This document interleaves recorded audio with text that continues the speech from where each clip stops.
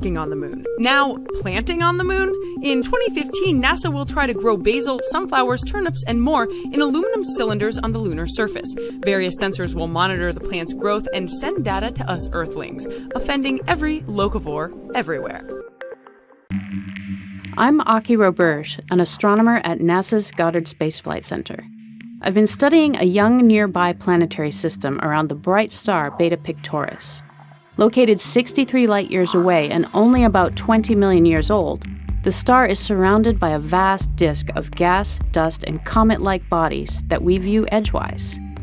We know of one planet in there too. It's a giant planet tracking along an orbit nearly as large as Saturn's. I'm part of a team studying Beta Pic's disk using the ALMA Observatory in Chile. We've found something odd. A belt of carbon monoxide gas centered about 3 times farther from the star than Neptune's distance from the Sun. The total amount of gas is about 1/6 the mass of all the water in Earth's oceans. What's interesting is that incoming ultraviolet light should break up the carbon monoxide molecules in little more than a century on average. This means that the carbon monoxide must be resupplied by the breakup of icy comets. To produce the amount of gas we detect, we're looking at the equivalent of the total destruction of a large comet every 5 minutes. From our data, we can tell that much of the carbon monoxide is in 1 or 2 massive clumps, which was very surprising. Because we're viewing the disk edge-on, we can't be sure if it's 1 or 2. Regardless, the comets supplying the gas must also be concentrated into clumps. How could this happen? If there is 1 clump, we think we're seeing the aftermath of a collision between 2 icy planets about the mass of Mars.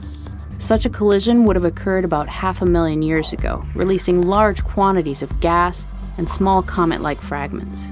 The second, and we think more likely scenario, is that the carbon monoxide exists in 2 clumps and is continually replenished by collisions in huge comet swarms. We believe the comets are shepherded together by an as-yet undetected second planet, whose gravity confines the comets into a small region so they frequently collide.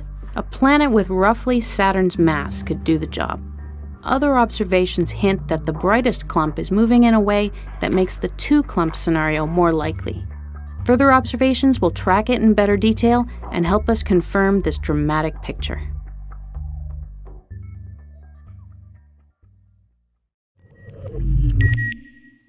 Civilization doomed to collapse soon. Ah, yes, all you... Julio de 1969 al sur del Mar de la Tranquilidad. Horas más tarde, el comandante Neil Armstrong fue el primer hombre que puso su pie en el astro plateado, marcando con este hecho a toda una generación y por ende al resto de la historia de nuestro joven planeta.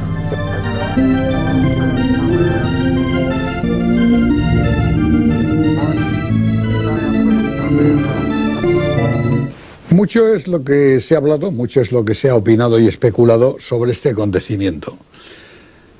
Hay muchas personas que opinan que el vuelo del Apolo, el viaje del Apolo, nunca existió, pertenece al mundo de la ciencia ficción, que las imágenes que hemos podido contemplar han sido filmadas y trucadas en un estudio cinematográfico. Nosotros no vamos a entrar en esta discusión, vamos a pensar, vamos a dirigirnos a otro aspecto de la cuestión no menos interesante e intrigante. Les suponemos a ustedes enterados de los rumores que en los últimos meses azotan como un vendaval a la NASA. Unos rumores que nos hablan de unos archivos, unas imágenes, unas filmaciones, como mínimo incómodas para el programa espacial norteamericano y, por qué no decirlo, para el resto del mundo.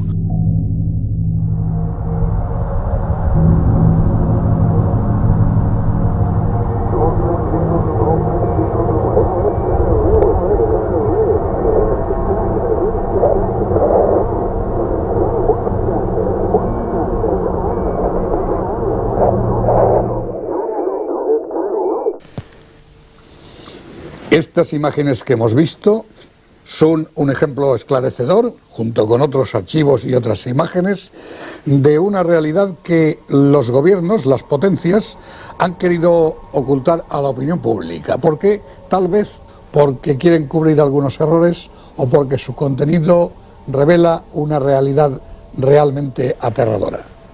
Pensamos que es una buena pregunta. Quizás para responderla tengamos que retroceder a otra época, a unos tiempos donde no hubiera sido imaginable una salida al espacio, unos vuelos y tampoco unos eventuales paseos lunares.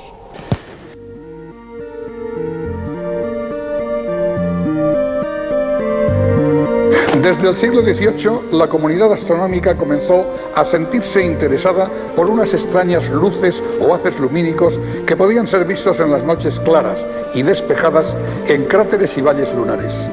Estos asombrosos eventos luminiscentes eran conocidos con el desapasionado nombre de fenómenos lunares transitorios. No obstante, estos fenómenos transitorios parecían empeñarse en dejarse ver por cada vez más número de estudiosos y apasionados selenógrafos. Pero, ¿qué estaba ocurriendo en la Luna? ¿Acaso una suerte de histeria colectiva había nublado el buen juicio de tantos científicos? Bien, nosotros no podemos pensar que personas en su mayoría escépticas pudieran caer en cuentos y habladurías. En los principios del programa espacial, el Apolo 8 observa una extraña fuente lumínica situada entre los cráteres Messier y Pickering de los montes Pickering. El Apolo 10 observa un pequeño objeto en el momento en que se está realizando el ensamblaje lunar. Y el Apolo 16 nos presenta unas imágenes de algo parecido a un ovni. Sin duda, en la Luna estaba y está ocurriendo algo extraordinario. Tal vez algo extraordinario ocasionado por fenómenos naturales desconocidos, o tal vez ocasionado por la acción de seres venidos de otros confines de la galaxia.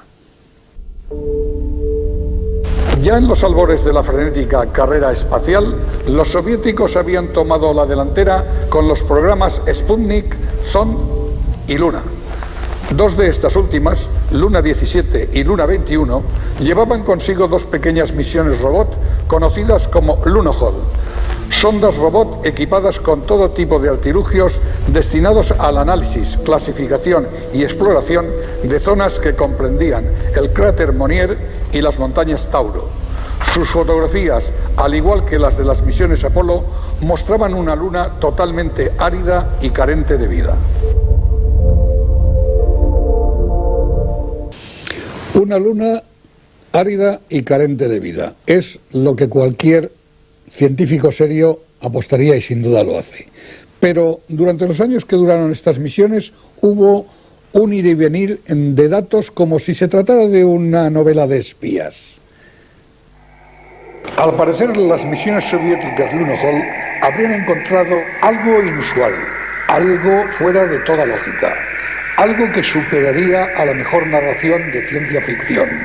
Por imposible que parezca, de lo que nos hablarían estos datos filtrados, estas informaciones clasificadas, sería ni más ni menos que de restos de carácter, podríamos definirlo como manufacturado.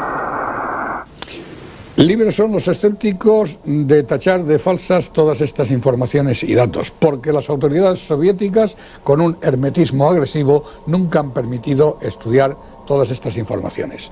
Pero diferente es la cosa en el país del dólar, donde cualquier objeto, cualquier observación es susceptible de venta.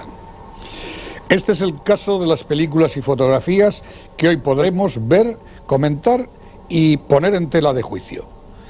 Muchos han querido ver en estos archivos la prueba definitiva de la existencia, lanzamiento y posterior ocultación de las misiones Apolo 18, 19 y, sobre todo, Apolo 20. Sobre esta última misión, el Apolo 20, recaería una gran rumorología de ocultación de elementos extraterrestres, o por lo menos, apoyándonos en las observaciones del Lunokhod 2, de elementos no naturales, manufacturados. Oficialmente el programa Apolo llegó a su fin con la misión Apolo-Soyuz, que sustituía la denominada y transformada Apolo 18. Años antes, El 19 de diciembre de 1972, Cernan, Smith y Evans del Apolo 17 concluían la sexta y última misión a suelo lunar. La Luna ya no interesaba a nadie, o al menos eso se deducía de la conducta de los gobiernos. Los recortes drásticos en materia económica del senador Bill Proxmith llevó a la necesaria desmantelación de numerosas instalaciones espaciales. Por su parte, el programa soviético, con su Lunokhod 2, dejó de funcionar tan solo 7 meses después de la llegada del Apolo 17. Un Lunokhod 2 que, habiendo hecho unas aportaciones interesantes, pues dejó de funcionar, como decimos, estando situado tan solo a 117 millas de los restos del módulo lunar del Apolo 17. Sin duda, un caldo de cultivo adecuado para diversas teorías y especulaciones sobre operaciones extrañas. Una de esas teorías nos hablaría de que quizás la misión Apolo hubiera sido solamente una pantalla, una cortina de humo para ocultar unas bases lunares cuyo fin sería la investigación y análisis de restos extraterrestres sobre nuestro satélite. A todas esas informaciones ocultas a la opinión pública, reunidas en un archivo, se le codificaría como Orange Mission.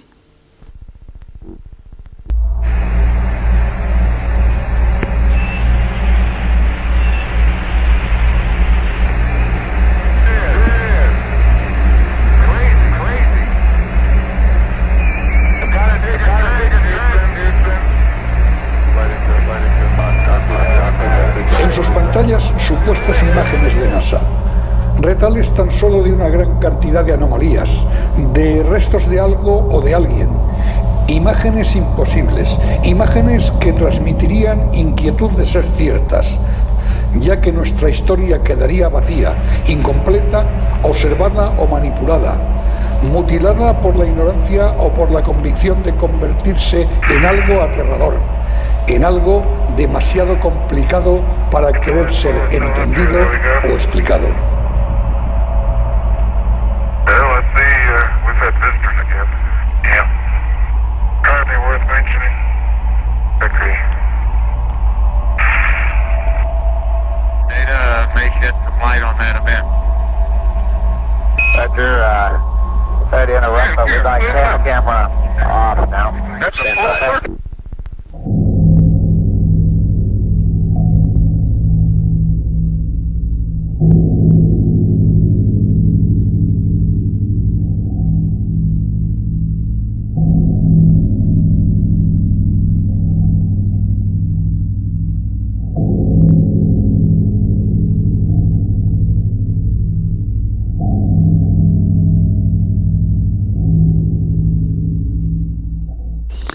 Estas imágenes son realmente impactantes, quizás demasiado impactantes si no las vemos en un contexto aclarador. Sería posible que nos llevaran a conclusiones precipitadas, sobre todo si fueran avaladas por la NASA. Me explico. En esta fotografía podemos ver que existen unas imágenes. Una de ellas tiene la forma de una pirámide, claramente parece una pirámide o una construcción egipcia. Y en la parte inferior vemos una mancha. Hay que destacar que esta fotografía pertenece a los archivos de la NASA, concretamente al Apolo 17. Entonces, ¿qué impide a esta foto ser prueba de construcciones en la Luna? Lamentablemente para nuestro debate y también para los investigadores, lo que nos muestra esta foto no es lo que en principio pudiéramos pensar. Se trata de una fotografía desafortunada tomada desde la Tierra a control remoto y que nos muestra la base del vehículo lunar. Tras el hincapié hecho en esta pareidolia y con la precaución de dudar de lo que vemos o lo que queremos ver en las imágenes, continuaremos con su examen y con las opiniones de los científicos sobre ellas.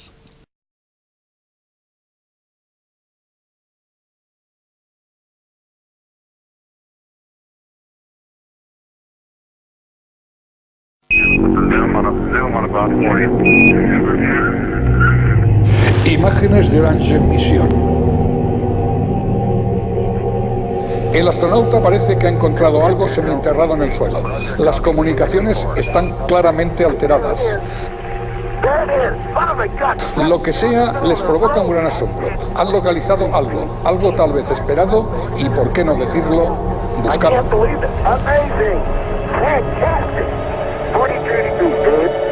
Al parecer, han encontrado una especie de losa o pequeña columna con rudimentarios grabados. Y con esta imagen estalla la polémica. ¿Truco, manipulación o realidad? Muy caprichosa debería ser la geología para generar unos ángulos tan perfectos en una simple roca. No, ni siquiera el espacio crea superficies de vértices tan definidos. Para muchos estas imágenes son pruebas irrefutables del paso de seres extraterrestres por la Luna. Y es más, de que la Luna es de origen extraterrestre. Estas teorías vendrían a coincidir con las afirmaciones de Bazén y Sherbakov, que afirmaban la naturaleza artificial de la Luna. Al parecer hay un grupo de militares estadounidenses vinculados a la operación Orbiter que afirman que en las fotografías tomadas alrededor de la Luna antes de la llegada del hombre allí, se observan construcciones en forma de cúpulas, edificios altos como agujas o edificios de fachadas resplandecientes. Arquitecturas construidas, según las mismas fuentes e hipótesis, ni más ni menos que con cristal. Incluso se apuntaría que esas construcciones, solo visibles en determinados momentos y según cómo los rayos del sol incidieran en las mismas, estas construcciones, repito, no serían fijas, sino que al parecer serían móviles, al disponer de capacidad de trasladarse por la superficie. Ciudades de cristal, restos extraterrestres, encuentros ovni. De un momento a esta parte, nuestra querida Luna se nos antoja extraña, más que desconocida, casi ajena. Rocas de hasta 10.000 millones de años, fechas imposibles que superarían incluso las edades de nuestro sistema solar. Una masa imposible sin la existencia de una estructura interna que la consolidara y la preservara de los terribles impactos de meteoros. Una composición química rica en elementos volátiles, gran cantidad de óxido férreo y elementos siderófilos, demasiado extraños, demasiado distintos de los de la Tierra. La posición exacta para equilibrar y defender a nuestro planeta. La posición y el tamaño exacto para cubrir perfectamente el Sol durante los eclipses. Una luna con dos caras muy distintas, como si una de ellas, el lado oculto de la misma, hubiera servido de escudo en un largo viaje. Ahora bien, ¿y si la luna no hubiera estado siempre ahí? ¿Y si nuestro joven planeta hubiera conocido un tiempo primigenio más convulso e inestable, en donde sus cielos nocturnos quedaran libres del majestuoso satélite?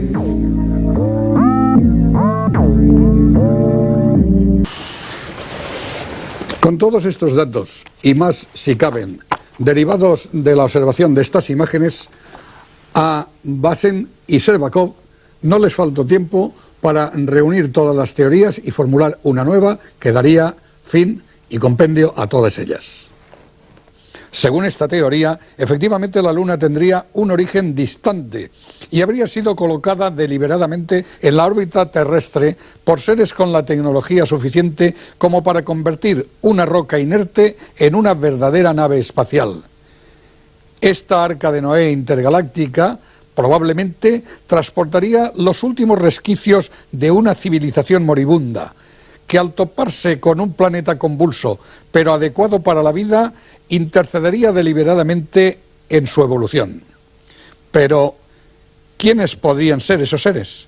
Y, sobre todo, de ser cierta esta teoría, ¿dónde están? Bien, por rocambolesco que les parezca, Bazén y Sherbakov apuntan la posibilidad de que esos seres, procedentes de un rincón remoto de la galaxia, capaces de viajar durante décadas en la nave Luna, con capacidad de intervenir y modificar las condiciones de un planeta, capaces de determinar la evolución de las especies, esos seres, apuntan Bazén y Sherbakov, seríamos nosotros. nosotros mismos o tal vez una pequeña variante sin acondicionar al nuevo mundo. Imágenes imposibles, imágenes del pasado que nos pronostican un futuro, un legado y una historia ocultada, cegada por los intereses de las grandes potencias o por lo contrario, ocultada por temores y miedos, temores de algo demasiado grande, demasiado indómito para ser controlado. Un sueño que nos alejara de la esclavitud del consumismo de los amos de los mercados. La nave luna, la luna madre, vientre de vida, el arca de la alianza, el arca del cataclismo y las inundaciones, el arca de las huestes angélicas, de ángeles caídos, de demonios y de antiguas guerras sobrenaturales. Tal vez el arca de los dioses del cielo. Una realidad y unas cuestiones demasiado extrañas. Toda una civilización tutelada por unos padres o dioses. Y por otra parte, una conspiración de silencio e ignorancia auspiciada por unos gobiernos maliciosos. Y finalmente, una luna capaz de actuar como una guardería, una escuela, para un futuro salto al espacio. Muchas preguntas y muchas incógnitas emanan de toda esta historia. ¿Cómo es posible que las civilizaciones antiguas no hayan dejado ningún dato, no aporten ninguna información sobre todo ello? ¿Cómo es posible que no hayan quedado restos materiales de ninguna clase de aquella tecnología? Todas estas y otras preguntas las abordaremos. Mission Control Houston, we are using the payload bay cameras right now to hopefully catch a glimpse of the Russian space station Mir as it performs an on-orbit burn. Though it will be difficult to pick Mir out from the stars as they pass behind us, the payload bay cameras are positioned such that they're looking straight back behind the orbiter, where the Mir is flying at about 850 nautical miles behind us.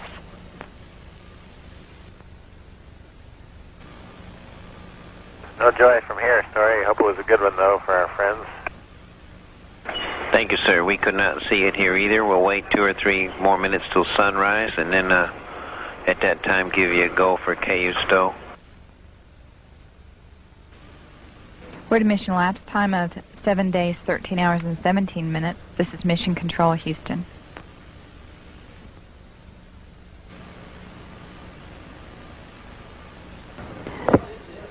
The Mir space station is now visible on the far left-hand side of the screen, about an inch from the bottom of this particular picture.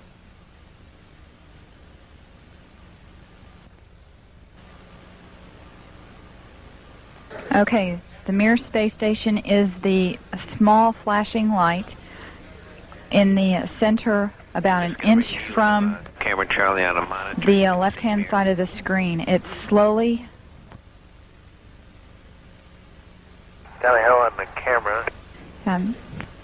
It is slowly moving closer to the left-hand side and is has a very light flashing to it. We think on the middle of the screen, way to the left-hand side.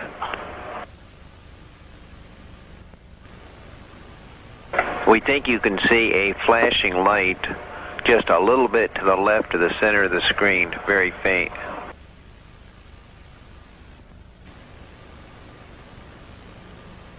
Yeah, we do see something flashing visually, but we're not sure that might be...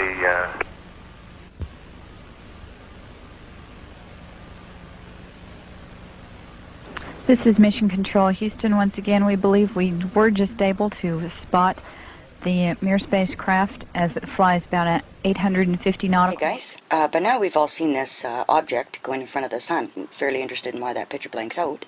Anyway, I'm going to take you over here and we're gonna investigate this a little bit. 4 or 5 little spots behind it there. Can we see this? That's as close as I can get in there. She's not impressive, being a little black dot. Pretty hard to be impressed with a little black dot. Compared to the sun's size, though, we know it's a fairly big object, or planet, or whatever, what have you. Well, one thing we know for sure, I'm pretty sure anyway, is that this object did not go in front of the sun. It gives me great honor tonight to introduce Zechariah Sitchin again this hour, an eminent Orientalist, biblical scholar. Zechariah Sitchin, distinguished by his ability to read ancient Sumerian clay tablets and other ancient texts. Through such texts, religious documents, and archaeological findings, he has reconstructed epic events that support the existence of extraterrestrial gods who once set nation against nation and man against man. Zechariah Sitchin is a graduate of the University of London, worked as a journalist and editor in Israel for many years, living now and writing in New York, and he is our proud guest tonight on Coast to Coast. Zechariah, how are you? I'm fine. I'm fine, George. Good to have you with us. Thank you. I'm honored. Tell me how this all started for you, Zechariah, how you started researching the Sumerian tablets. Well, it's a long story, and I've told it already many times, and it all goes back to when I was a schoolboy, fortunate to study the Bible, the Old Testament in its original Hebrew language, and I asked improper questions of the teacher and got reprimanded, and that's how it started. As you began to unravel the mysteries of the tablets, and you are a scholar and an expert, and I think that helped you a lot when you were able to decipher. Well, it just took a lifetime, that's all. It is. It has been your lifetime. You've devoted, gosh, your whole life to this. Yeah. And yet, I've got to tell you, Zachary, no matter where I go, what conference I go to, phone calls to this program, people are always asking about your work and what you've done. Always. Well, the books, that number 13 by now, have been translated to some 24 or 25 languages. They are now being translated in China, by the way. And also the Vietnamese decided that they cannot survive without reading my books in their language. So it is a worldwide phenomenon, if I can use the word, You sure with can. some pride, yeah. You're entitled to that. Where do you get all your energy, Zechariah? I don't know. I think I really think sometimes that maybe that's what I'm meant to do, and I always wonder whether I should write the one more book, because maybe my mission would come to an end. Well, you're a young what? How old are you now? That's not a nice question. I'm no longer running in the marathon, let's put it that but way. you're still going strong, and that's the important thing. Yeah. This latest work, the Earth Chronicles Handbook, I enjoyed it because it puts together all of the work you did in the 7 books of the Earth Chronicles. Right. It kind of makes all of it even easier to understand. I mean, you reading all the books, very enjoyable, very educational, but you capsulized everything in one book, and it was very helpful. It's almost like a guide, I think. Well, like I say, it's a GPS to my books. Absolutely. It is. In all the times that you've done your work, Zechariah, have you uncovered events later on in your research that you looked at and said, oh, I didn't see this in the beginning, but I see this now? Was there anything that ever changed? Not basically, but I must tell you that is the question that I sometimes wonder myself, because yes, as I reread some of my early books, The 12th Planet, the Stairway to Heaven, etc., and in view of the later research and writings, and in view, most importantly, of our own scientific advances, I say, oh, my God, that's really that, which maybe I've missed before. I sometimes say, when I'm asked, how come that others who have discovered the tablets and deciphered them, etc., and started to translate them, how come they didn't realize that this text or this tale really tells this and that. And I say, well, we are all captives of our time and our technology. So if, for example, there is, and let's not forget the many illustrations, there are about 120 in each book. So if there is an illustration from antiquity that shows so-called eagle men, ancient astronauts, saluting a rocket. Now, if that same depiction would have been shown to me 100 years ago, I would have said, well, this is, I don't know, some two bird-like people saluting a very large pencil. And if somebody would say, no, it's not a pencil, it's a rocket, I would say, rocket, what's a rocket? So obviously, as we advance and as science keeps confirming and confirming, for example, when I started writing, and I said, according to the Sumerians, Mars served as a way station, that was really held to be almost ridiculous, because Mars was deemed a totally uninhabitable planet with no air and no atmosphere and no water and no nothing. So here I come and say they said that Mars was a way station, a space base. And now we know that there was water on Mars, and maybe there still is now water on Mars. There were seas and lakes, etc., etc. Now I said that they came here because they needed gold with which to protect their dwindling atmosphere. And now I read that a statement a couple of weeks ago by the chief scientific advisor of President Obama, who at a conference dealing with global warming, which is really climate change, said, well, all options are on the table, including geoengineering.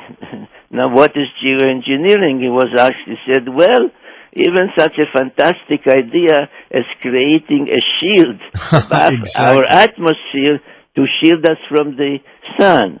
And that's exactly what I said the so-called Anunnaki who had come here had done on their planet so long ago.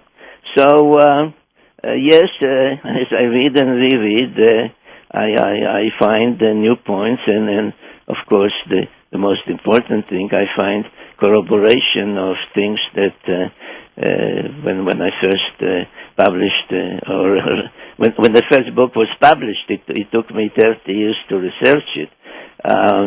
That seemed so outlandish. And what is so remarkable now, too, Zechariah, astronomers are beginning to discover distant planets now in other systems. And, one day they will find that extra planet in this solar system, I am sure. Well, they found it in 1983. The so-called Iris, Right. But do you think that is Nibiru? Of course. Well, I had one of my friends was the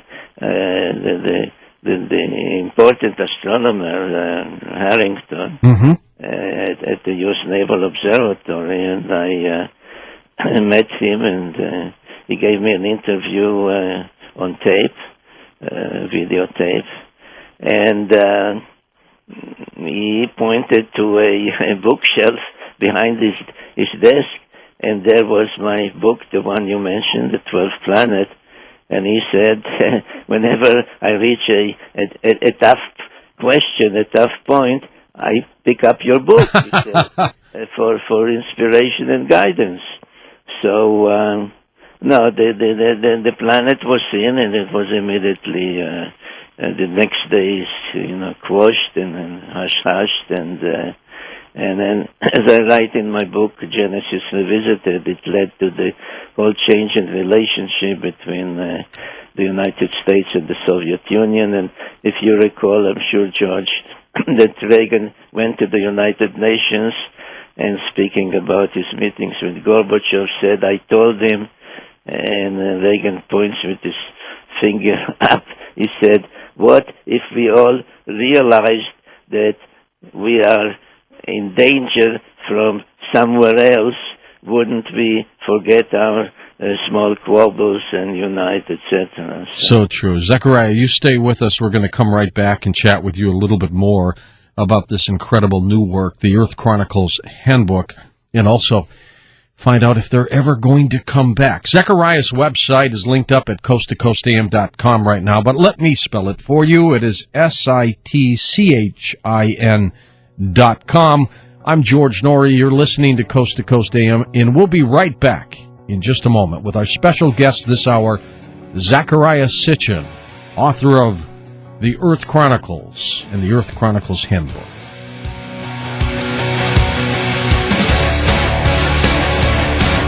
Get daily show updates right to your inbox for free with the new Coast Zone newsletter. Sign up today at coasttocoastam.com.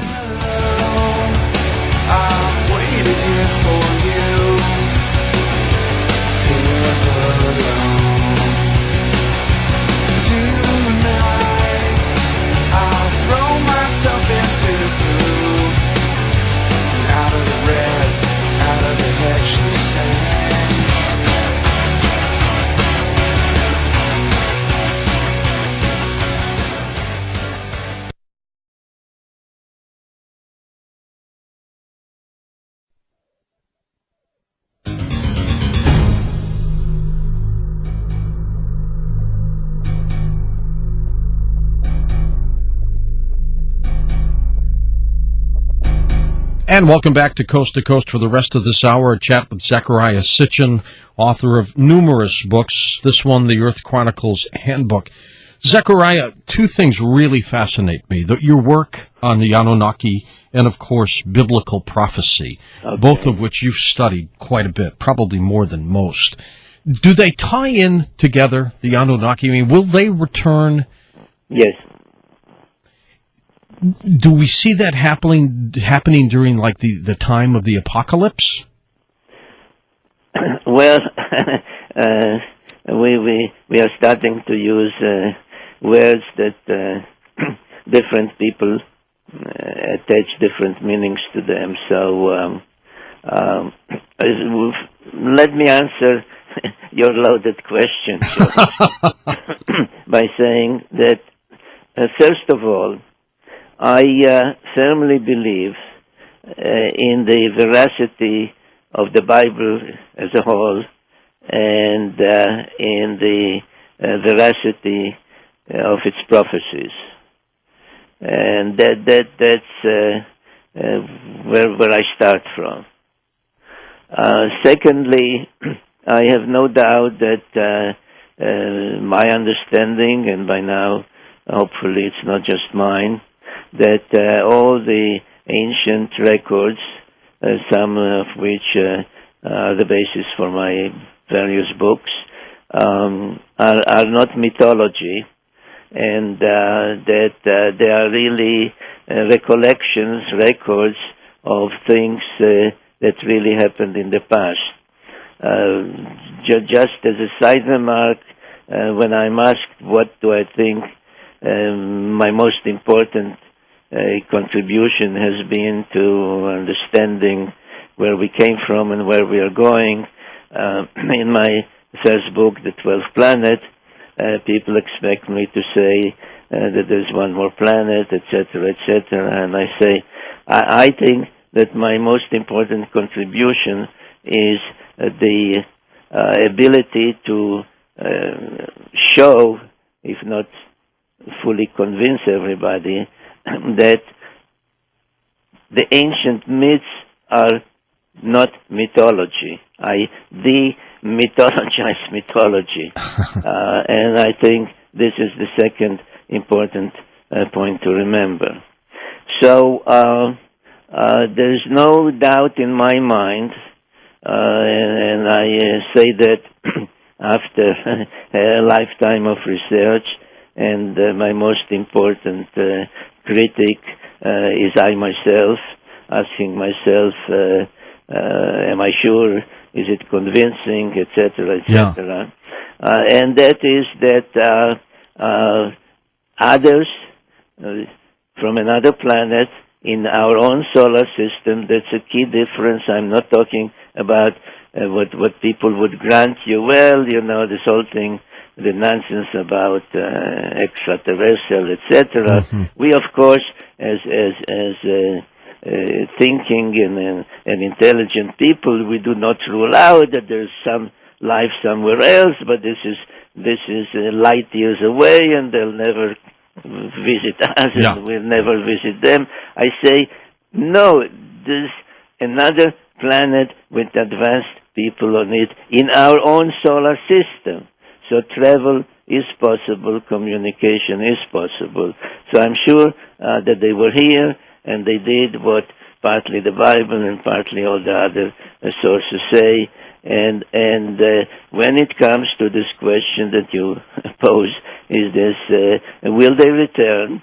Now, I used to avoid answering the question by saying, you're asking, will they return, but are you sure they left? And of course, then the questioner would be stymied, and I will not answer the question. But I did write, as I'm sure you know, and we can mention it, another book titled The End of Days, which was the concluding book of the series, the Earth Chronicle series.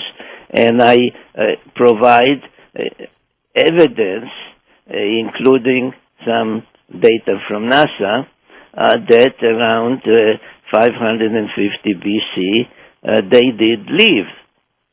But they promised to return. There's no doubt about it. They promised to return. Whether, even if you go to the so-called Mayan or Aztec, Quetzalcoatl, before he left, he said, I will return.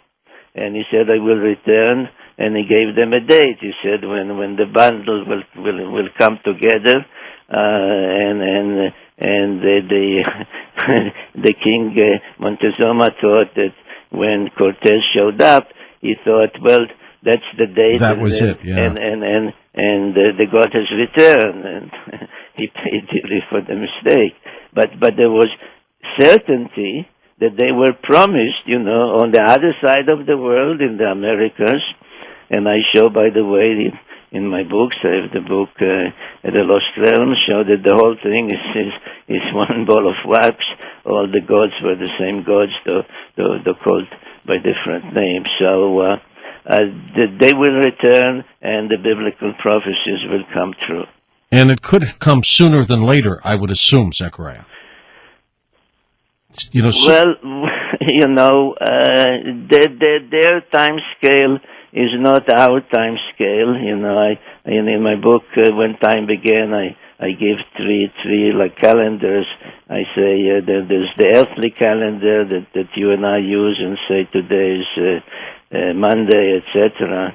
And then there's the divine calendar, which is their orbital period. And then I said to combine the two to create some kinds of sense of proportion. They devised what I call the celestial calendar, which is really what we call the zodiac, the 12 zodiacal houses, or stations as they were called in antiquity by the Sumerians. So this is their clock, and we are in the age, still in the age of Pisces. And as far, George, as I can understand the prophecies, there was a very wise and important fellow called Daniel, and he was privileged because the angels were speaking to him. That's right. And he could question them, and he kept asking them, when will they return? And he got all kinds of answers, including the famous times and a half, and Sir Isaac Newton, by the way, I mentioned him, and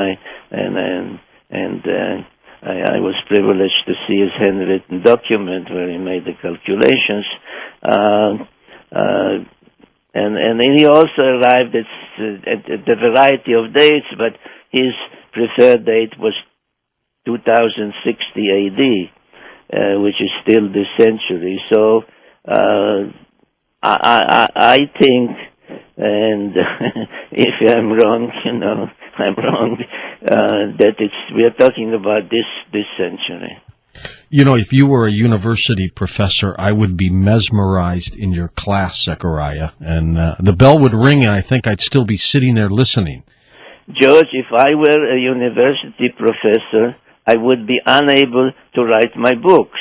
That's true. Because all those very distinguished professors, whom I respect greatly, who are experts in their fields, and for example, in archaeology, one of them can pick up some shard from some broken up clay vessel, and he'll tell you that this is from the early Bronze Age, something that I cannot do.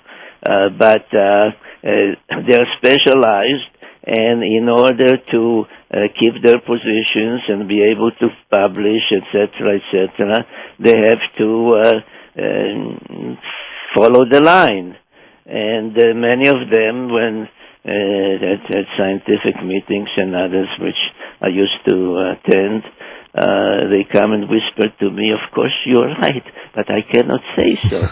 So I think I and my readers and your listeners are blessed that I did not become an academic professor, because then I would be bound by political correctness, etc., and would hesitate to speak out. Yeah, somebody would have tried to have muffled you, and I'm glad that... I would muffle myself, because, people make a living and have to protect their tenure, etc., and so I respect them, I understand them, but I have the freedom of calling it as I see it. Zechariah, there is a date that keeps coming up now based on the Mayan calendar, and I am wondering if that ever came up in any of your research at all, and that, of course, is that December 21st, 2012 date. Yes, of course. I deal with that head-on in this book that I mentioned, The End of Days. I actually dealt with it 15 years ago. Way before most people were even talking about it. 15 years ago in the book The Lost Realms, I showed that even if some give credence to the so-called Mayan prophecies, and one can give more credence or less credence, etc. I mean, they then don't stand on the same footing as the biblical prophecies, of course. So even if you do that, there is a simple matter of how you calculate, how you divide the number of days that have passed from day one till the so-called day where the 13th Baktun ends. And if you divide by 365 and a quarter, you arrive at 2012.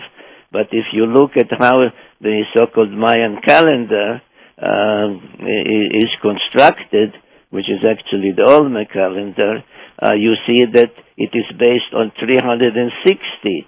It is a mathematical calendar, and if you divide the number of days by 360, you arrive not at 2012, but I don't remember precisely now. It's either 2057 or 2087. I don't remember. But it's in that gap somewhere. Yes. So the 2012 is, in my opinion, not on firm footing.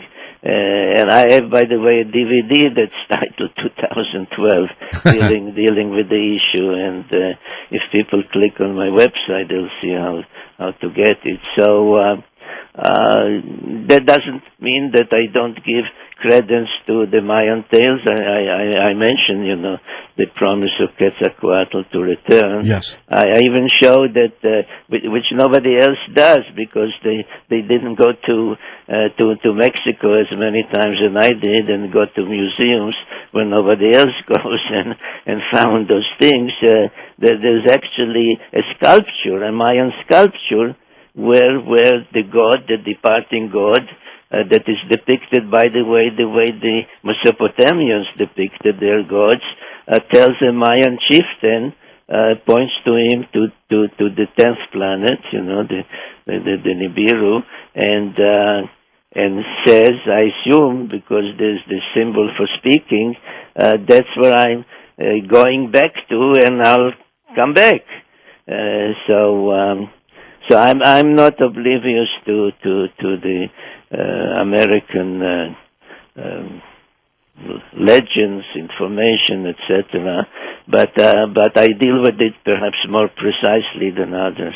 You know how many people you have touched, how many lives you have touched with your work, and I would even go as far to say that this radio program, Coast to Coast AM, when Art Bell started it many years ago, had a strong basis in your work. Yeah, well, I was his guest many times, and he really pioneered a lot, and one has to give him credit for this program. Nearly every culture, ancient culture, has talked about end-time prophecy, which in some form or fashion, as a member of the human race, it's kind of scary when you think about it. I've got grandchildren and children, and I think about them, Zechariah. I think about what's going to happen and what's left for them. Does this bother you at all? Does this scare you at all, knowing what you know? Well, I have great-grandchildren, so of course I'm thinking of their future too. Well, I don't know whether scary is the word. It's we are definitely maybe we are fortunate that we are living at this time of end of era.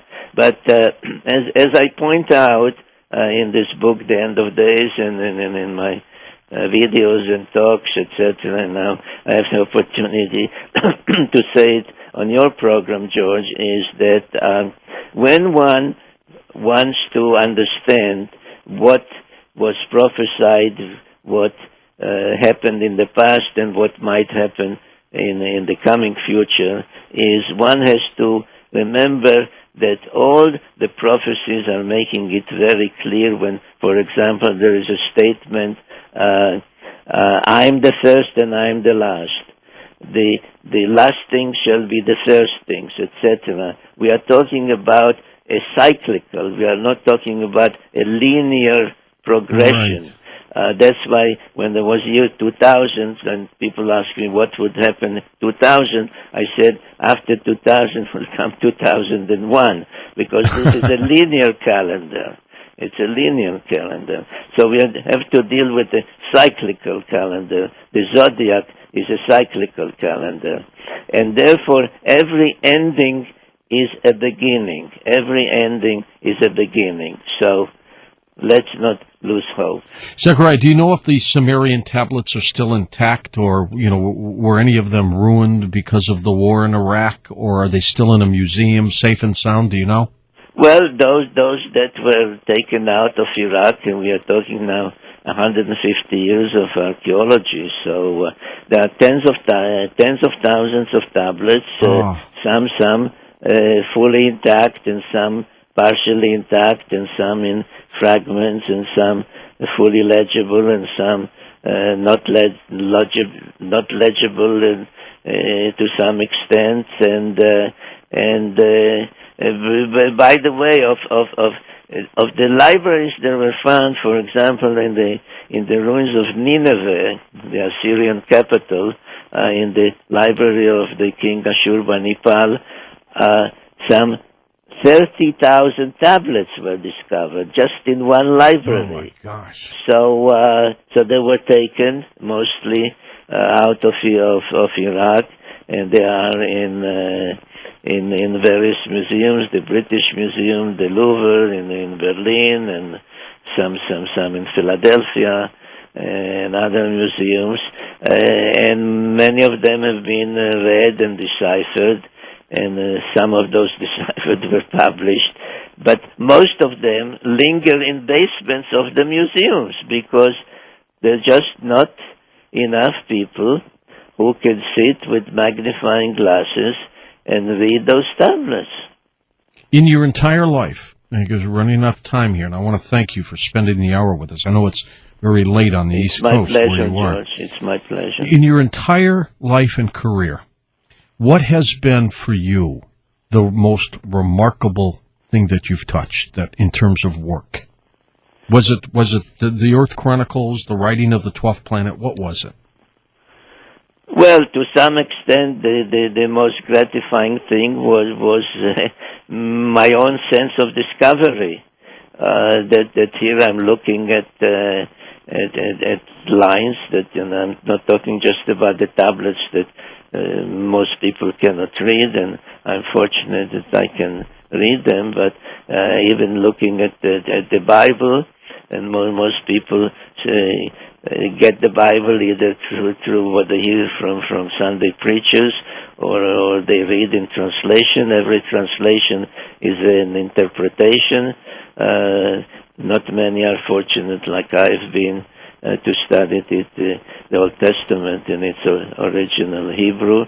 So there's this personal gratification as I watch the news and see that, for example, when I say that Nibiru was a planet thrust out from another solar system and got attracted into ours.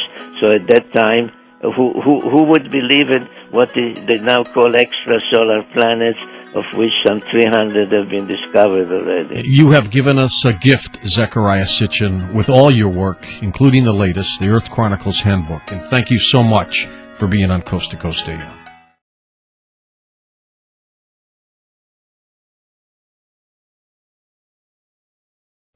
An extraordinary opening in space or time that connects travelers to distant realms.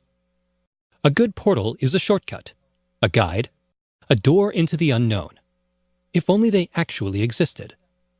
It turns out that they do, sort of. And a NASA-funded researcher at the University of Iowa has figured out how to find them.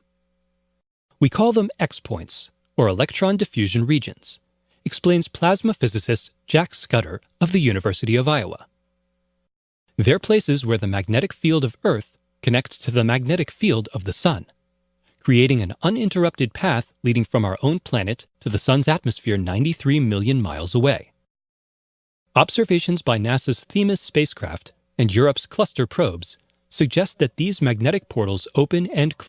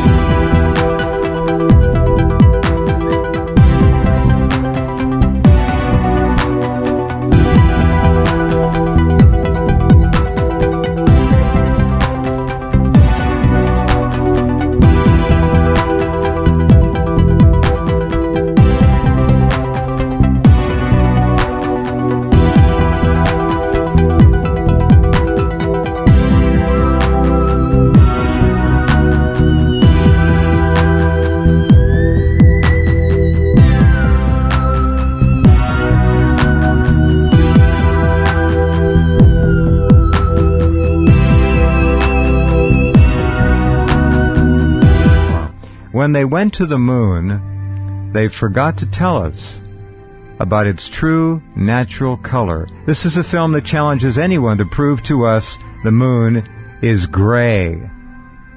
It's not. The moon filmed in full color and using a backyard telescope and a $68 webcam. And then you get to look at the pictures. Colors galore.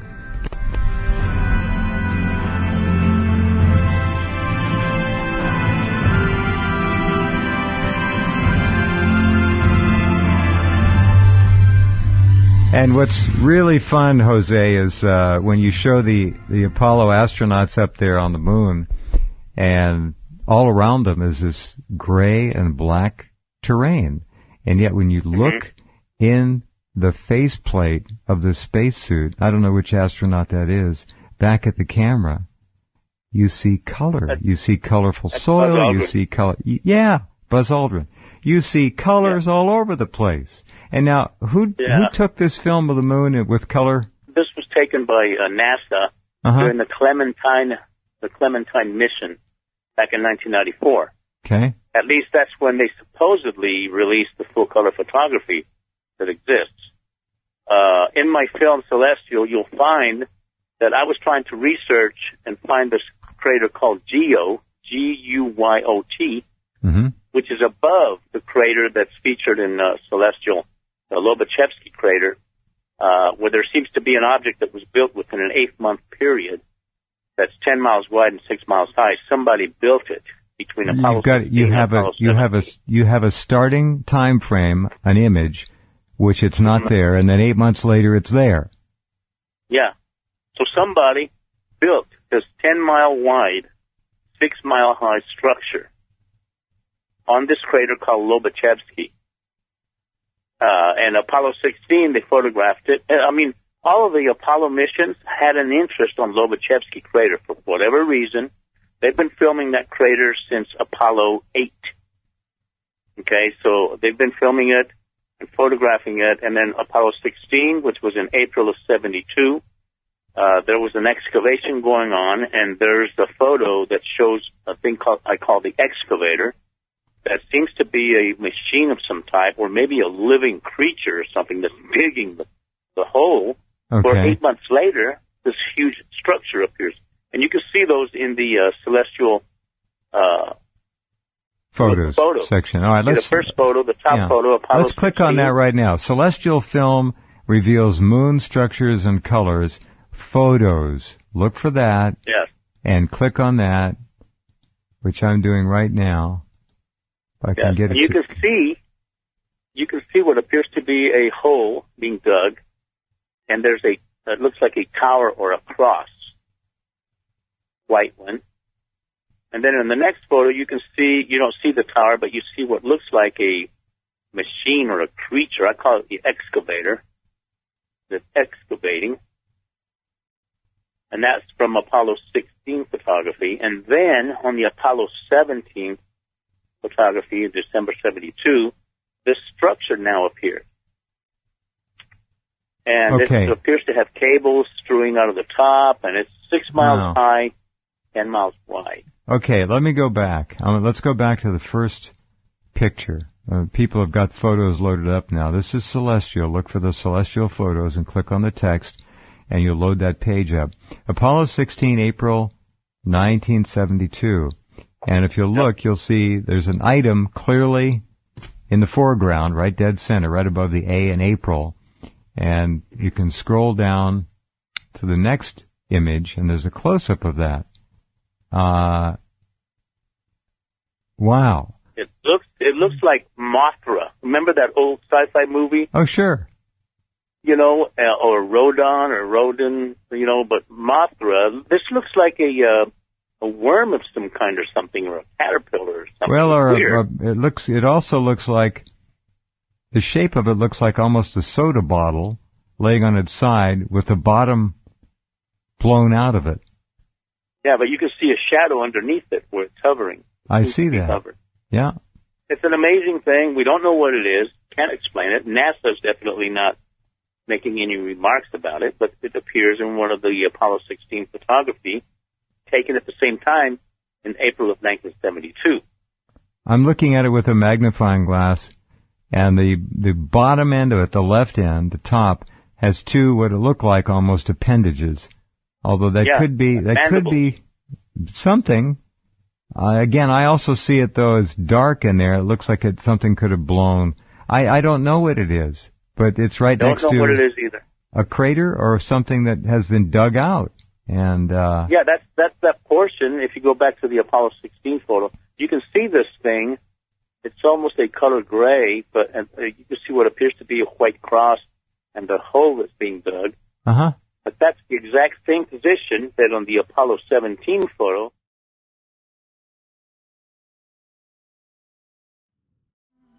Galaxies are the building blocks of the universe. The giant galaxies we see today, even our own, were built up from many smaller galaxies. But construction isn't done yet. It continues even today. Full-grown galaxies approach and interact with each other. They may collide and eventually merge. As the galaxies approach, the tug of gravity creates tides that distort their shapes. Stars and gas stream into new orbits. Sometimes they're completely ejected, trailing into the depths of intergalactic space. Gas clouds compressed in the chaos light up with intense rounds of star formation. Because stars create most of the chemical elements, such episodes have a profound effect on a galaxy's chemical makeup. This infrared image of the entire sky shows 500 million stars. Most are in our galaxy. Some are not. These are companion galaxies that orbit our Milky Way. And some are in between. In 1994, astronomers discovered that some of these stars actually belong to a different galaxy. It's called the Sagittarius Dwarf Elliptical, and the Milky Way is tearing it apart. As the dwarf galaxy passes through the Milky Way's disk, gravitational tides stretch the dwarf stars into long streams that wrap around the galaxy's orbit. For the dwarf, it's a fatal attraction. For the Milky Way, it's but one of many similar events that shaped our home galaxy. But there's something much bigger headed our way. M31, the Andromeda Galaxy. This is no dwarf. It's the Milky Way's biggest neighbor, of roughly the same size, mass, and type. Astronomers say the crash will begin about 2 billion years from now. This supercomputer simulation shows how the event may unfold over billions of years. The first pass distorts the two great spirals. Stars are tossed into the intergalactic night like sparks thrown from a campfire. Our sun, complete with planets in tow, could be similarly ejected. Each pass blurs the identities of each galaxy.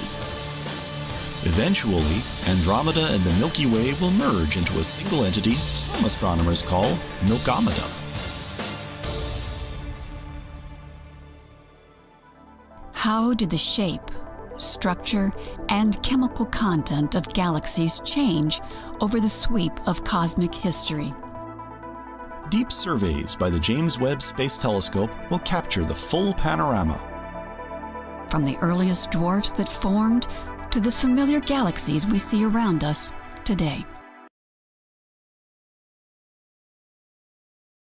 Because these technologies are so godlike, and I use that term very precisely, because if you understand how the fundamental structure of the universe really works, and you then construct technologies that allow you to manipulate those forces directly, you have the command and control of not only energy and unlimited resources, but you also probably have technologies that can interfere with the so-called natural biological life cycles of human beings or other living creatures on Earth.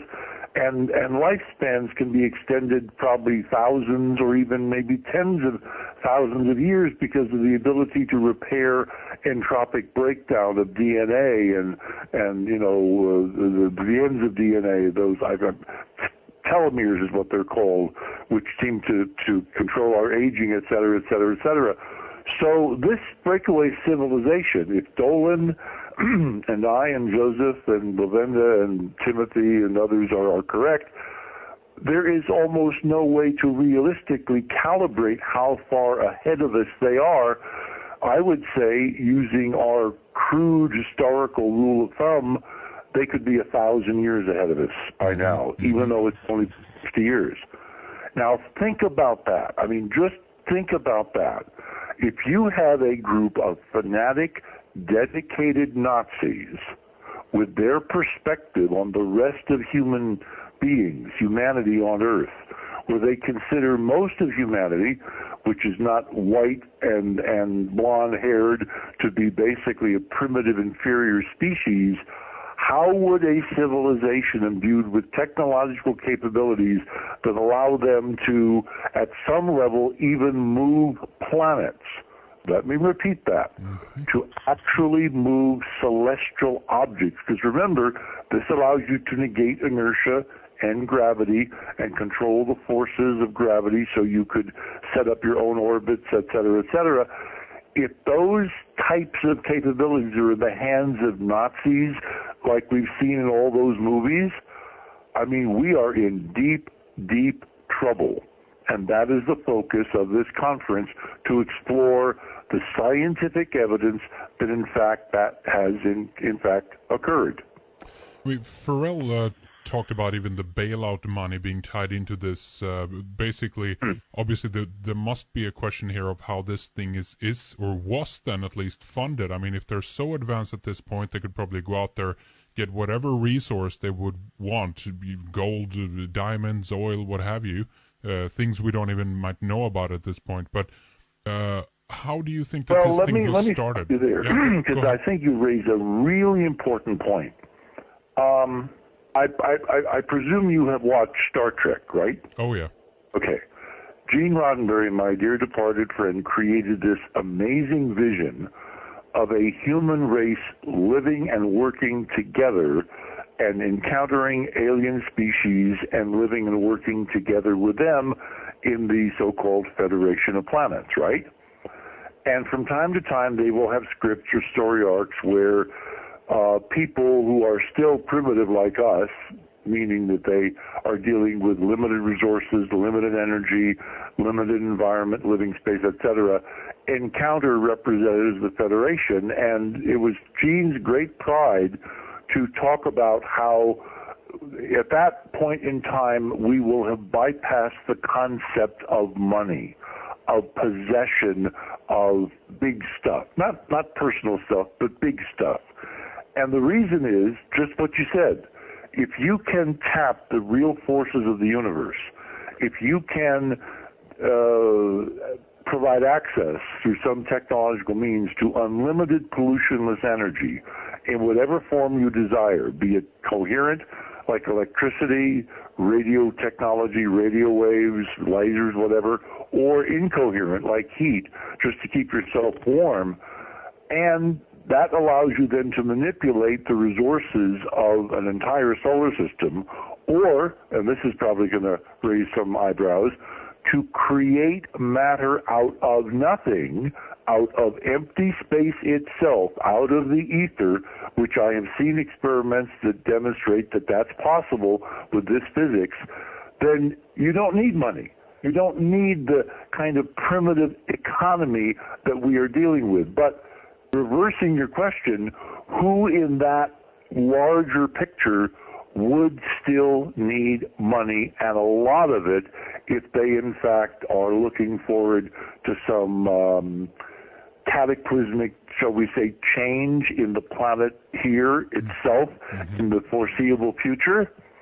Obviously, the terrestrial representatives of this breakaway civilization here on Earth, still kept, still trapped, still here with within our civilization and amongst us. And if you wanted to identify a class of people that would describe, I think I'm describing the banksters.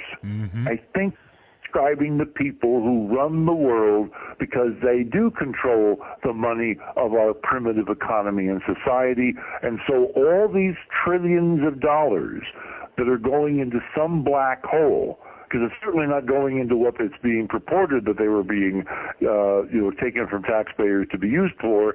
I think that is a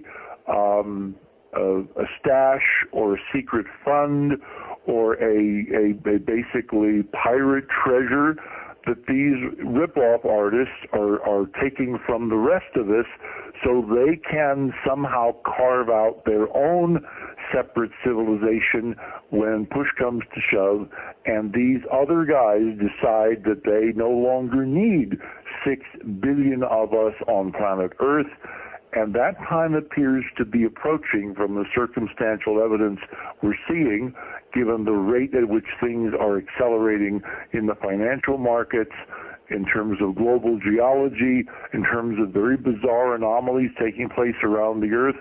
So I think not only are we looking at a secret space program, but we're probably looking now at a secret space war being fought between those on Earth who are trying to maintain their position and those out there who have finally decided that if we continue along our present track, we will become a competition for them, and they cannot allow that. They cannot, afford to have that happen, and so they are taking steps to basically quarantine us here on Earth.